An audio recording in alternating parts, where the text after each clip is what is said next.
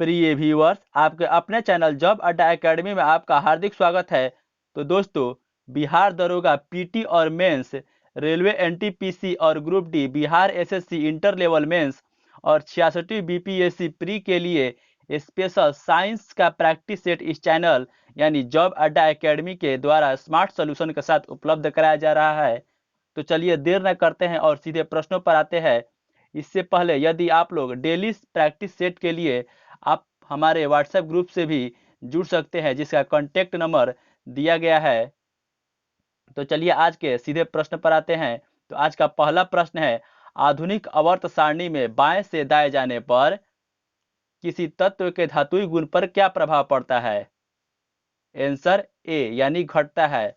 यहाँ ध्यान देंगे, यदि बाएं से दाएं जाएंगे तो धातुई गुण पर प्रभाव यानी घटेगा, वहीं दाएं से बाएं जाएंगे, दाएं से बाएं तो धातुई गुण बढ़ेगा। नेक्स्ट, आधुनिक आवर्त सारणी में कितने आवर्त एवं वर्ग की संख्या है? आंसर बी यानी 7 आवर्त एवं 18 वर्ग है। और आधुनिक आवर्त सारणी के जो खोजकर्ता है वो मोसले नामक वैज्ञानिक है, जबकि इससे पूर्व यानी प्रथम आवर्त सारणी के खोजकर्ता मेंडलीफ नामक वैज्ञानिक है। मेंडलीफ।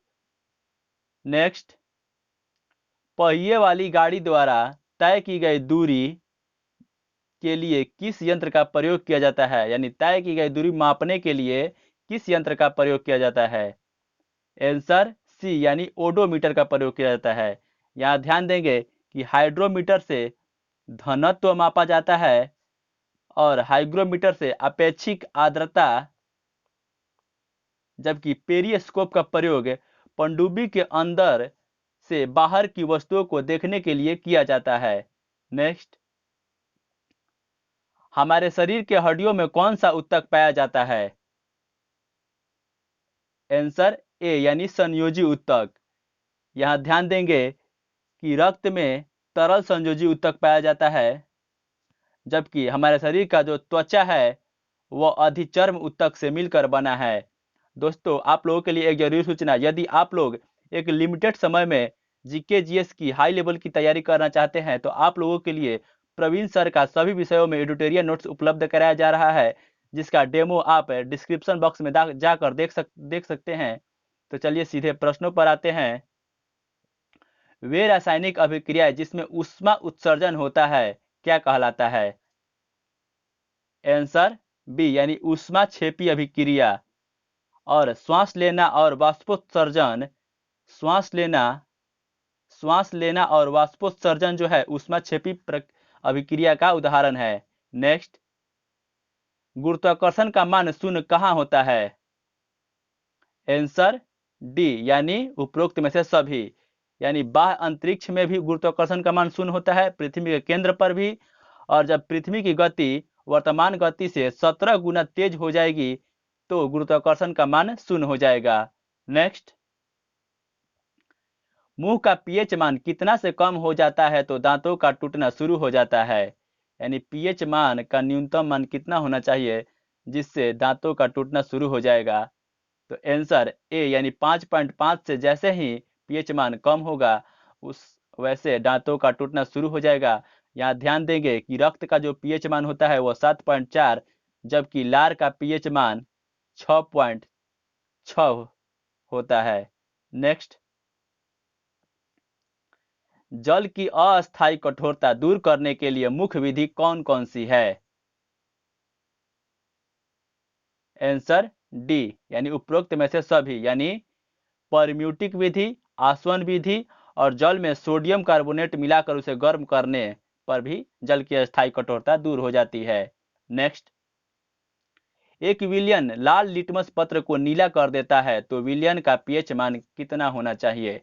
यहाँ ध्यान देंगे, जब लिटमस लाल से नीला हो जाएगा तो यह क्षार का उदाहरण है और क्षार का पीएच मान 7 से अधिक होता है।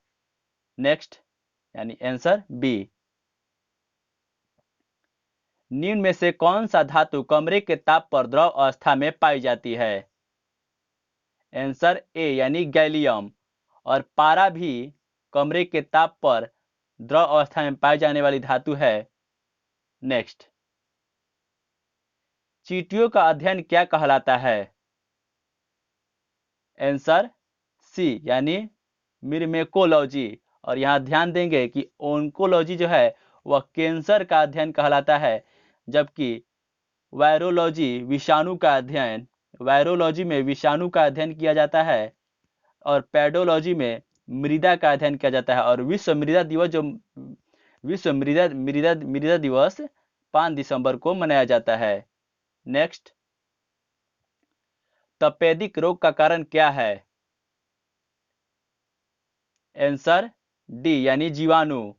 और यह माइकोबैक्टीरियम ट्यूबरक्लोसिस नामक जीवाणु से फैलता है, यानी माइकोबैक्टीरियम ट्यूबरक्लोसिस नामक जीवाणु से तपेदिक यानी टीबी रोग फैलता है। नेक्स्ट,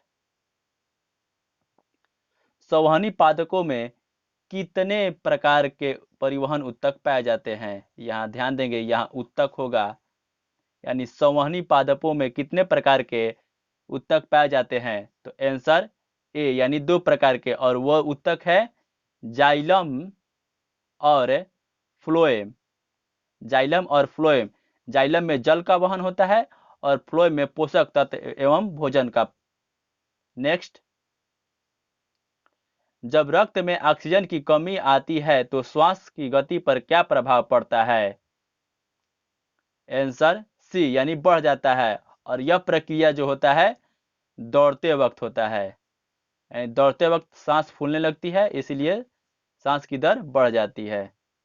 नेक्स्ट, विटामिन डी का रासायनिक नाम क्या है? आंसर बी यानी कैल्सीफेरॉल। यहाँ ध्यान देंगे कि विटामिन ई का जो है रासायनिक नाम है वो टोकोफेरॉल है, जबकि बी1 का रासायनिक नाम थायमिन एवं विटामिन ए का रासायनिक नाम रेटिनॉल है। नेक्स्ट,